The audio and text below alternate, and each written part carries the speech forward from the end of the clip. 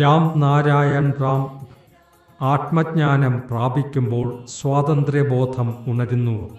ഇന്ന് വ്യാപാരികളുടെ ബുദ്ധിയും അസമത്വത്തിൻ്റെ ചിന്തയും കാരണം ഒരാൾക്ക് ഭക്ഷണം ലഭിക്കാത്തപ്പോൾ മറ്റൊരാൾ ധനികനാകുന്നു. ചിലർ വിശന്ന് കഴിയുമ്പോൾ ചിലർ 13 നില കെട്ടിടം നിർമ്മിച്ച് വിലയേറിയ കാറുകളിൽ സഞ്ചരിച്ച് മരണത്തെ ആലിംഗനം ചെയ്യുന്നു. ഇതും ആത്മീയതയുടെ ഭാഗമാണ്. വിഷ്ണുവിനെക്കുറിച്ചുള്ള ചർച്ച മാത്രമല്ല ആത്മീയത.